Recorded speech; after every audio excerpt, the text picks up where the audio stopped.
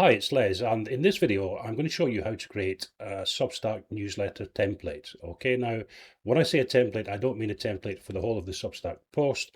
I mean a template for a section of the Substack post that you might want to reuse. So, for example, at the moment, I'm on my dashboard in Substack. So you log into Substack, go to your dashboard.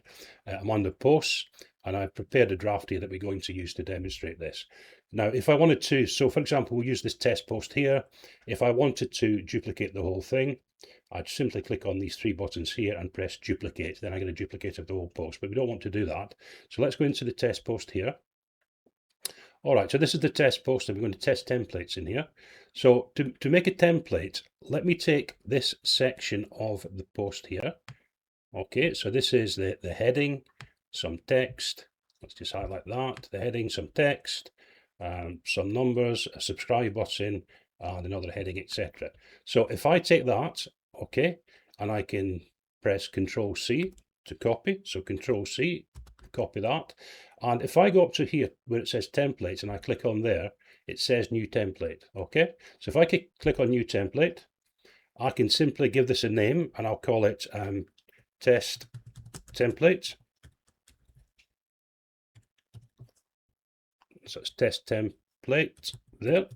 And I'll simply paste in what I copied from before. So you'll see now that's pasted in there, and that can be saved as a template. Now, a little trick you can do here is if I put here, for example, new subscriber.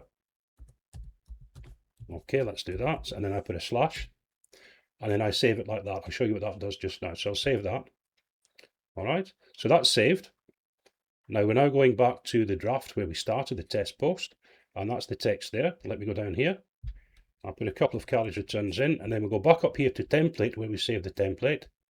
And you'll now see that that says new subscribe, misspelled that, doesn't matter, new subscriber test template. So by putting that at the start of the name of the template, you create a group with new subscribers and the name of the template in there. So if I now click onto that, okay,